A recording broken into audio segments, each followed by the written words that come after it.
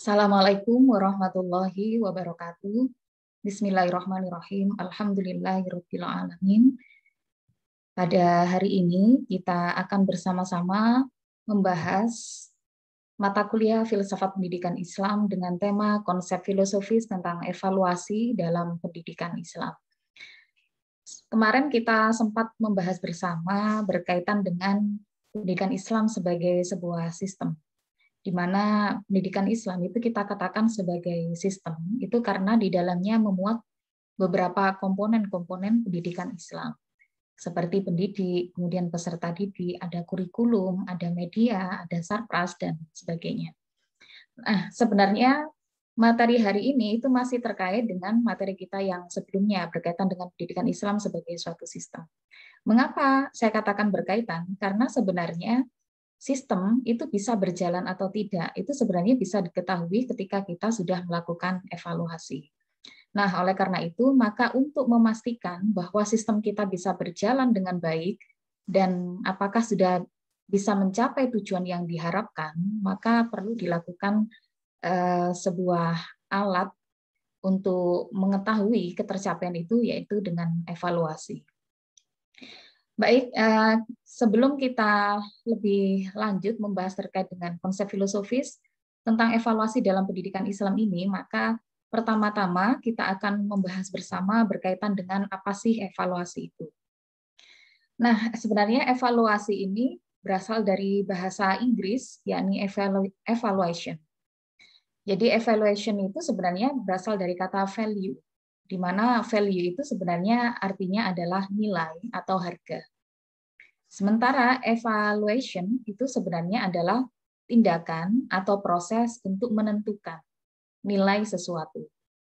Bisa juga diartikan dengan proses untuk menentukan nilai sesuatu yang berhubungan dengan pendidikan. Nah, kalau kita mendengar istilah evaluasi ini karena berasal dari kata value, maka sebenarnya istilah value atau nilai ini sebenarnya sudah populer pada masa Yunani klasik ya. Pada masa filsafat Yunani klasik maksud saya. Dan ini pertama kali dipopulerkan oleh seorang filosof yang bernama Plato. Pembahasan nilai ini sebenarnya secara khusus diperdalam dalam diskursus filsafat, terutama pada aspek aksiologisnya. Mungkin pada pertemuan yang awal-awal kemarin saya sudah memberikan paparan kepada kalian berkaitan dengan ruang lingkup dalam kajian filsafat.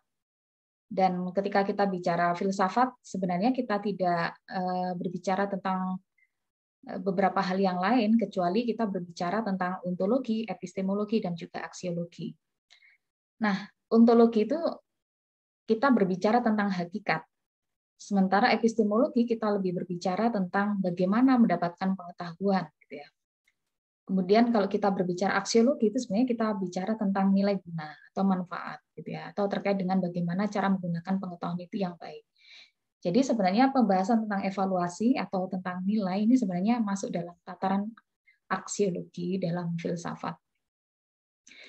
Nah, terkait dengan kata evaluasi ini, karena hari ini kita yang kita kaji ini adalah evaluasi dalam pendidikan Islam, maka sebagaimana yang kemarin kita bahas bersama terkait dengan dasar-dasar dari sistem pendidikan Islam, bahwa seluruh sistem yang ada di dalam pendidikan Islam itu haruslah didasarkan kepada sumber-sumber hukum Islam, yakni salah satunya adalah Al-Quran. Maka kita akan bisa menemukan beberapa kata evaluasi yang ada di dalam Al-Quran. Misalkan Al-Hisab itu yang ada di dalam surat Al-Ghasyiyah ayat 26. Terus kemudian ada kata al-bala, ada di dalam Quran surat Al-Mulk ayat 2. Kemudian ada juga al-hukum, itu ada di dalam Quran surat An-Naml ayat 78. Kemudian ada al-qadha, yang berarti adalah putusan, itu ada di dalam surat Toha ayat 72. Kemudian ada an-nadhar, yang bermakna melihat, gitu ya, ada di dalam Quran surat An-Naml ayat 27. Kemudian ada imtihan, mungkin kita sering ya mendengar kata imtihan ini, apalagi kalau dulu kalian di sekolah ataupun di pondok pesantren mungkin sering mendengar kata imtihan yang bermakna ujian. Ini ada di dalam Quran surat Al-Mumtahanah ayat 10. Kemudian ada al-ikhtibar yang bermakna ujian atau cobaan. Cobaan itu kalau dalam bahasa Al-Quran itu disebut dengan bala ya. Dan orang Arab itu sering menggunakan kata ini untuk sebuah ikhtibar. Bahkan di lembaga pendidikan bahasa Arab menggunakan istilah evaluasi itu dengan istilah ikhtibar. Nah, selanjutnya jika evaluasi ini sebenarnya dikaitkan dengan pendidikan, maka sebenarnya evaluasi ini sebenarnya adalah berusaha untuk melihat ya kondisi yang sesungguhnya dengan indikator-indikator yang telah ditetapkan untuk bisa mencapai tujuan. Apakah selama ini proses yang telah dijalankan itu sudah sesuai dengan realnya gitu ya, apakah sudah sesuai dengan proses yang baik sehingga bisa mencapai tujuan, maka sebenarnya evaluasi itu untuk melihat itu, apakah prosesnya itu sudah betul apa tidak gitu ya. Apakah ini sudah bisa mencapai tujuan atau belum? Jika belum mencapai tujuan, maka perlu dilakukan perbaikan-perbaikan. Nah, jadi dalam tataran pendidikan Islam sebenarnya evaluasi ini adalah bermaksud untuk melihat apakah proses pendidikan yang dilakukan dalam sebuah satuan pendidikan Islam itu sudah berjalan sesuai dengan tujuan pendidikan Islam atau tidak. Jadi sebenarnya evaluasi itu dalam rangka melihat, menilai gitu ya, mengevaluasi, menganalisis ketercapaian gitu ya, ketercapaian tujuan pendidikan Islam. Nah, dalam hal ini siapa yang dievaluasi? Maka sebenarnya yang dievaluasi itu sebenarnya tidak hanya peserta didik ya kalau kita bicara evaluasi pendidikan Islam secara holistik. Tetapi sebenarnya nanti evaluasi itu memang lebih banyak diarahkan kepada peserta didik karena peserta didik itu dalam kajian pendidikan Islam itu dia tidak hanya menjadi objek tetapi juga sekaligus sebagai subjek yang menerima pendidikan sehingga dia lebih banyak dilakukan evaluasi. Namun kalau kita bicara evaluasi secara umum, maka sebenarnya yang perlu dilakukan evaluasi tidak hanya satu komponen dalam sistem pendidikan Islam, tetapi ya harus semua komponen yang ada di dalam pendidikan Islam. Nah ini, jadi ketika kita bicara objek evaluasi, itu artinya berarti kita bicara tentang siapa sih yang dievaluasi atau sasaran evaluasi itu. Ini sebagaimana yang saya sampaikan tadi, bahwa memang kalau kita bicara sistem pendidikan Islam, maka mau tidak mau yang kita evaluasi itu tidak hanya satu komponen, tetapi seluruh komponen. Untuk apa? Untuk mengetahui apakah antara komponen yang satu dengan komponen yang lain itu bisa saling bekerja sama dengan baik, gitu ya. Untuk mengetahui juga apakah masing-masing komponen itu dapat berfungsi dengan baik. Jangan-jangan nanti ketidaktercapaian tujuan pendidikan Islam itu diakibatkan oleh salah satu komponen itu ada yang bermasalah. Sehingga kemudian perlu dilakukan perbaikan-perbaikan. Jadi evaluasi itu sebenarnya adalah dalam rangka untuk melihat ya.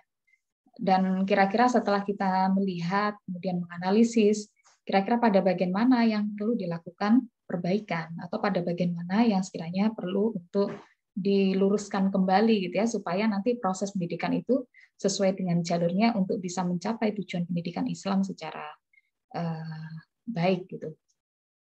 Nah, oleh karena itu maka kita kembali lagi ke objek evaluasi. Jadi yang dievaluasi tidak hanya peserta didik, karena selama ini anggapan kita kalau kita bicara evaluasi adalah selalu peserta didik yang kita evaluasi, tetapi semua kita evaluasi mulai dari pendidik, peserta didik, kurikulum, pendekatan dan metode yang digunakan oleh guru, dan kemudian sarpras serta komponen-komponen yang lainnya. Nah, dari sini maka kemudian tujuan dan fungsi evaluasi itu maka secara umum seperti yang saya sampaikan di depan tadi, ya ini untuk mengetahui secara akurat gitu ya ketercapaian dari tujuan pendidikan Islam. Namun kemudian sebenarnya tujuan utama untuk melakukan evaluasi dalam proses belajar mengajar itu untuk mendapatkan informasi yang akurat mengenai tingkat pencapaian tujuan instruksional oleh siswa sehingga dapat diupayakan tindak lanjut. Nah, ini kalau misalkan evaluasi itu ditujukan kepada siswa. Jadi kita ingin mengetahui informasi yang akurat terkait dengan pencapaian tujuan instruksional oleh siswa kita. Tetapi kalau kita bicara secara lebih luas lagi, yaitu pada tataran sistem gitu ya, maka sebenarnya kita ingin memperoleh informasi yang akurat mengenai seluruh komponen yang ada dalam pendidikan Islam itu, apakah semua bisa berjalan dengan baik, apakah semuanya bisa berfungsi dengan baik, dan apakah semuanya itu bisa berkolaborasi dengan baik untuk mencapai tujuan pendidikan Islam itu. Nah, kalau kita kembali kepada evaluasi yang diarahkan kepada peserta didik, sebenarnya adalah ketika dilakukan evaluasi itu nanti kita akan bisa tahu sejauh mana gitu ya mereka bisa mencapai tujuan. Dan kemudian dilakukan upaya tindak lanjut jika memang ada temuan yang sekiranya itu masih belum bisa mencapai sasaran gitu ya. Nah, tindak lanjut ini merupakan fungsi evaluasi yang berupa itu bisa penempatan pada tempat yang tepat ya. Ini kemudian bisa memberikan umpan balik, diagnosis kesulitan belajar mengajar dan penentuan kelulusan. Jadi evaluasi itu sebenarnya bisa dilakukan dengan berbagai macam ya. Jadi kalau kita bicara peserta didik itu nanti ada yang kita sebut sebagai assessment gitu ya. Itu yang lebih tepat untuk hari ini. Jadi pendidikan hari ini sebenarnya kita bukan lagi menggunakan kata evaluasi, tetapi kita bicara tentang assessment. Dan assessment ini kemudian bisa dibagi menjadi beberapa, yaitu ada assessment diagnostik gitu ya. Nah, asesmen diagnostik ini sebenarnya bisa dibagi menjadi dua, yaitu bisa berupa kognitif maupun non-kognitif. Sementara untuk yang kognitif itu diarahkan pada penempatan pada tempat yang tepat. Maksudnya agar peserta didik ini diketahui seberapa kemampuan dia dalam ranah kognitif. Jika kemampuannya memang sudah bagus, maka ditempatkan di kelas yang A misalkan, atau di kelas tertentu misalkan ya. Terus kemudian bagi mereka yang kemudian secara kognitif kemampuannya masih belum bagus, sesuai dengan tingkat perkembangan kognitifnya dia, maka kemudian diletakkan di kelas yang berbeda. Sebenarnya pembedaan kelas ini bukan dalam rangka untuk mendiskriminasi peserta didik kita, itu bukan, tetapi dalam rangka untuk memudahkan mengelola kelas. Karena apa? Karena perkembangan kognitif peserta didik itu tidak sama. Mereka memiliki perkembangan yang berbeda sehingga perlu untuk penempatan yang tepat sesuai dengan tingkat kemampuan mereka. Nah, kemudian kita juga mengenal adanya asesmen diagnostik yang berupa non-kognitif. Ini sebenarnya lebih mengarah kepada karakter peserta didik kita, gaya belajar mereka. Gitu ya. Jadi sebenarnya anak-anak dengan tipe tertentu itu sebenarnya kadang-kadang berpengaruh kepada pendekatan dan metode dalam mengajar gitu ya. Sehingga kemudian asesmen diagnostik yang non-kognitif ini perlu dilakukan dalam rangka agar seorang pendidik itu mengetahui kenapa peserta didik ini mengalami kesulitan belajar. Jangan-jangan kemudian rancangan pembelajaran yang sudah disusun oleh pendidik itu kadang-kadang metodenya kurang tepat dengan karakter peserta didik yang demikian. Dan kemudian memang hari ini sebenarnya kalau kita bicara evaluasi adalah untuk menentukan kelulusan gitu ya, apakah mereka sudah bisa mencapai satu fase capaian pembelajaran gitu. Jadi tujuannya untuk penentuan kelulusan. Berikutnya, kemudian kalau kita bicara tentang fungsi evaluasi dalam pendidikan Islam, maka sebenarnya kita bisa melihat dari beberapa sudut pandang. Misalkan yang pertama dari sudut pandang pendidikan, maka sebenarnya evaluasi ini berfungsi untuk membantu seorang pendidik mengetahui sejauh mana hasil yang dicapai dalam pelaksanaan tugasnya. Jadi ini seperti pada umumnya ya, jadi evaluasi itu dilakukan untuk membantu pendidik mengetahui sejauh mana seorang guru itu berhasil dalam melaksanakan tugasnya. Bisa juga kalau dalam sudut pandangnya peserta didik, maka sebenarnya evaluasi ini membantu peserta didik untuk dapat mengubah gitu ya, atau mengubah tingkah laku secara sadar ke arah yang lebih baik. Maksudnya apa? Maksudnya sebenarnya evaluasi ini perlu dilakukan kepada peserta didik dalam rangka untuk melihat seperti apa karakteristik peserta didik kita, seberapa tinggi tingkat kemampuan kognitif peserta didik kita. Jika ternyata kemudian hasilnya memang menunjukkan masih belum tercapai, maka perlu dilakukan penanganan-penanganan tertentu gitu ya, sehingga peserta didik itu perlu dilakukan perbaikan-perbaikan sehingga ke depan bisa menjadi lebih baik. Namun jika kemudian evaluasi ini dilihat dari sudut pandang ahli pemikir pendidikan Islam, maka sebenarnya evaluasi ini digunakan untuk mengetahui kelemahan-kelemahan teori pendidikan Islam selama ini, dan kemudian untuk merumuskan kembali teori-teori yang lebih baru yang relevan dengan arus dinamika zaman yang senantiasa berubah. Kita tahu bahwasannya zaman itu hari ini berkembang dan berubah semakin cepat. Oleh karena itu, maka ini berdampak kepada ranah pendidikan, sehingga kemudian kurikulum dalam pendidikan Islam itu juga perlu dilakukan dinamisasi gitu ya. Nah, ketika kurikulum dalam pendidikan Islam itu perlu dilakukan dinamisasi, harus ada perubahan-perubahan menyesuaikan dengan kebutuhan zaman, maka kemudian mau tidak mau teori-teori pendidikan Islam itu mengalami perubahan juga. Tidak mungkin stagnan gitu ya, pasti akan mengalami perubahan-perubahan dan menghasilkan teori-teori baru yang lebih relevan dengan perkembangan zaman. Dan kemudian kalau kita lihat dari sudut pandang politik, sebenarnya evaluasi dalam pendidikan Islam ini berfungsi untuk membantu pemerintah gitu ya dalam membenahi sistem pengawasan dan kemudian mempertimbangkan kebijakan yang lebih baik yang perlu diterapkan dalam pendidikan Islam. Nah, berkaitan dengan jenis-jenis evaluasi ini, sebenarnya kita lebih mengarah kepada evaluasi terkait dengan peserta didik ya. Jadi kalau terkait dengan peserta didik ada beberapa jenis-jenis evaluasi seperti evaluasi formatif. Evaluasi formatif ini evaluasi yang dilakukan dalam setiap tatap muka gitu ya. Jadi setiap tatap muka itu kan berarti satu tujuan pembelajaran. Itu untuk melihat kira-kira dalam satu kali tatap muka itu apakah mereka mampu atau menguasai materi yang telah disampaikan pada hari itu, apakah kemudian mereka ini maksimal gitu ya dalam belajar pada hari itu. Jadi evaluasi formatif ini adalah evaluasi yang dilakukan setiap kali tatap muka. Kalau misalkan di perguruan tinggi, misalkan filsafat pendidikan Islam, karena dilakukan 1 minggu sekali, maka evaluasi formatif juga dilakukan 1 minggu sekali gitu ya. Jadi sebenarnya seorang pendidik itu ketika dia mengajar dalam setiap kali tatap muka, itu sebenarnya juga melakukan evaluasi formatif ya. Baik itu evaluasi formatifnya itu diketahui oleh peserta didiknya maupun tidak. Kalau yang diketahui oleh peserta didik itu sebagaimana misalkan di sekolah-sekolah, itu biasanya di akhir pembelajaran, biasanya selalu ada soal-soal yang harus dikerjakan oleh peserta didik. Nah, dari sana nanti kemudian baru bisa dilihat gitu, apakah dia itu pada saat itu sudah memahami gitu ya, dibuktikan dengan skor yang dicapai gitu, skornya sudah hampir maksimal itu berarti sudah tercapai. Tetapi kebanyakan pendidik itu juga ada yang menggunakan evaluasi formatif itu yang tanpa diketahui oleh peserta didiknya. Contoh misalkan dilihat dari keaktifannya di dalam ruang-ruang kelas misalkan. Baik itu kelas yang bersifat luring maupun kelas daring gitu ya. Biasanya nampak sekali mana-mana anak-anak yang lebih vokal gitu ya, yang lebih aktif dalam kegiatan pembelajaran. Itu sebenarnya juga bagian dari evaluasi formatif. Terkadang kemudian ketika dosen menyampaikan sesuatu, terkadang memberikan pertanyaan gitu ya di awal perkuliahan atau di tengah-tengah misalkan mengajak mereka dialog, itu sebenarnya juga bagian dari evaluasi formatif yang kemudian tidak diketahui secara sengaja gitu oleh peserta didik kita. Jadi sebenarnya mereka sedang dievaluasi tetapi mereka tidak sadar, istilahnya seperti itu.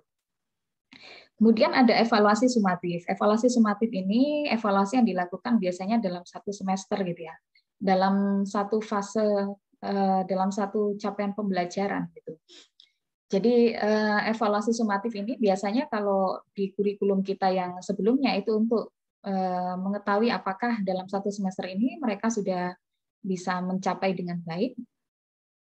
Jadi kalau formatif itu sifatnya harian atau mingguan gitu ya, setiap kali tatap muka. Kalau sumatif itu biasanya 1 semester atau biasanya setiap ini ya trimester, itu juga triwulanan maksud saya.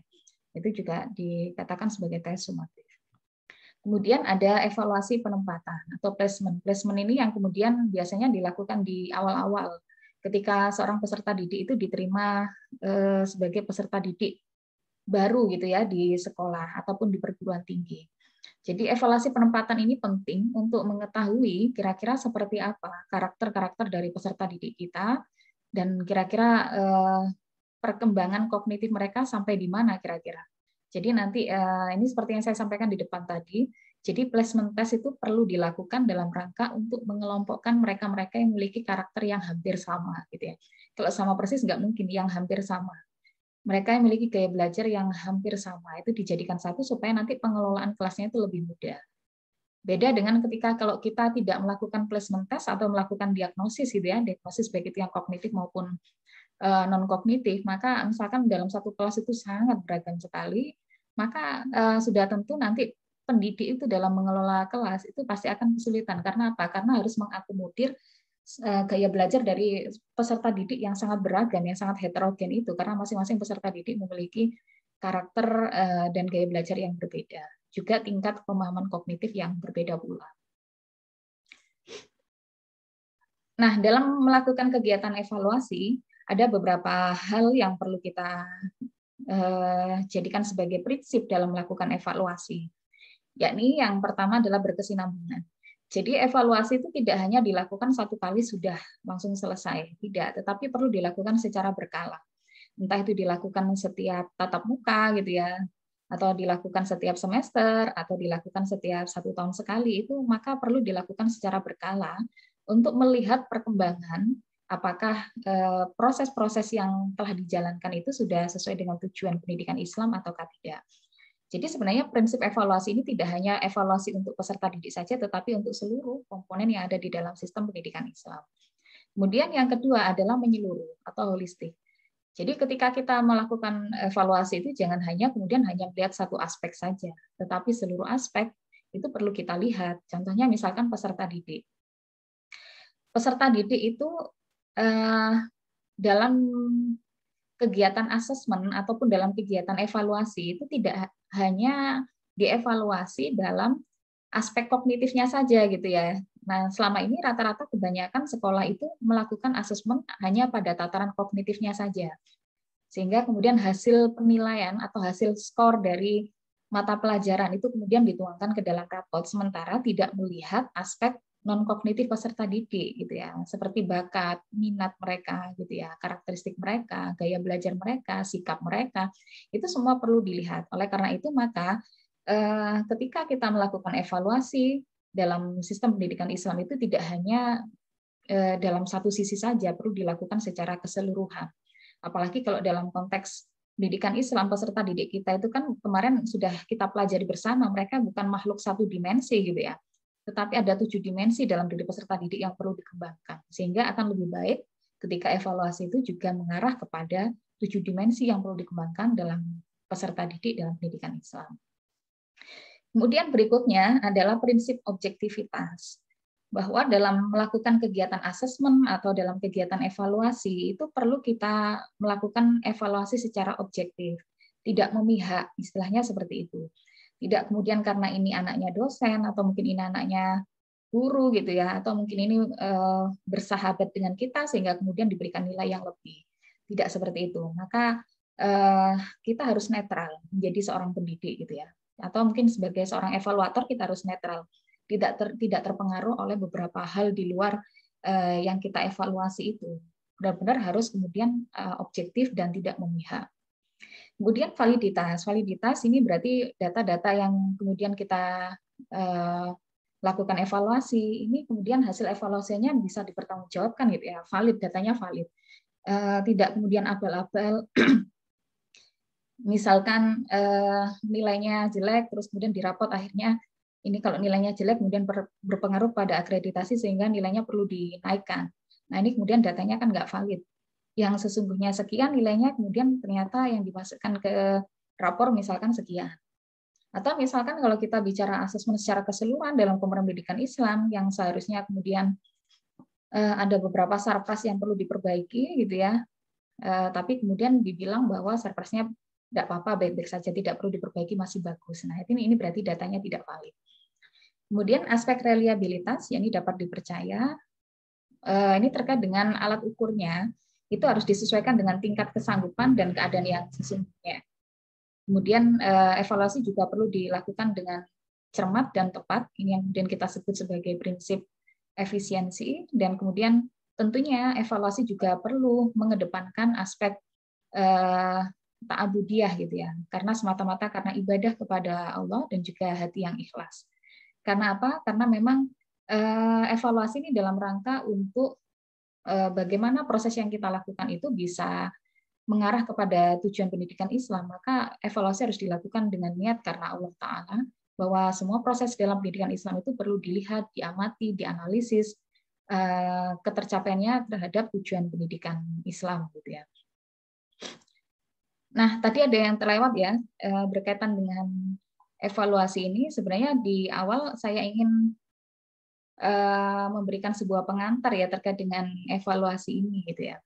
Jadi evaluasi itu kan sebenarnya lebih mengarah kepada menilai gitu ya. Tapi kemudian ada istilah lain yang digunakan terkait dengan evaluasi, yaitu menilai dan juga mengukur. Terkadang kita biasanya rancu terkait dengan beda antara evaluasi yang sifatnya adalah menilai dan yang satu adalah sifatnya mengukur gitu ya. Maka kalau ditanya kira-kira apa beda antara penilaian dengan pengukuran gitu. Rata-rata kalau kita mengatakan bahwa selama ini kita itu melakukan penilaian gitu ya terhadap peserta didik kita. Tapi ternyata sebenarnya yang kita lakukan bukanlah penilaian, tetapi lebih kepada pengukuran. Sebagai contoh, misalkan ketika ada pertanyaan gitu ya, bagaimana kamu menilai teman sebangkumu misalkan. Nah, maka jawabannya kan tidak mungkin, oh teman sebangku saya itu 80, atau oh teman sebangku saya itu anaknya 60 misalkan, kan nggak mungkin. Nah, jadi maka kalau kita misalkan diminta untuk menilai seseorang, maka jawabannya pasti bukan angka, tetapi jawabannya adalah sesuatu yang sifatnya deskriptif. Misalkan atau bersifat deskriptif kualitatif gitu ya. Kualitatif berarti maksudnya berkaitan dengan kualitas seseorang. Ya, misalkan kalau kita disuruh menilai teman sebangku kita, misalkan kita bisa mengatakan bahwa teman sebangku kita itu baik. Teman sebangku kita itu tidak sombong gitu ya. Teman sebangku kita rajin menabung misalkan. Nah, jadi penilaian dengan pengukuran itu pada akhirnya berbeda, tetapi selama ini kita terjebak dengan dua kata ini. Padahal kita itu sebenarnya mengukur, bukan menilai gitu ya. Jadi kalau penilaian itu lebih bersifat deskriptif, kualitatif. Jadi nanti jawabannya itu pasti berupa narasi-narasi atau deskripsi gitu ya. Jadi kalau kita bicara tentang rapot evaluasi itu mestinya rapot itu bukan yang disajikan itu bukan angka, tetapi sebuah deskripsi gitu ya, deskripsi terkait dengan kemampuan kognitif, kemampuan afektif, kemampuan psikomotorik peserta didik kita gitu ya. Beda dengan pengukuran. Kalau pengukuran itu misalkan berapa skor dari nilai mata pelajaran matematika misalkan. Nah, itu baru kemudian kita bisa menyebut bahwa skor kita adalah 80 atau skor kita adalah 60. Atau misalkan kalau ditanya berapa IQ-mu gitu ya, IQ saya 100 misalkan. Nah, itu berupa data kuantitatif.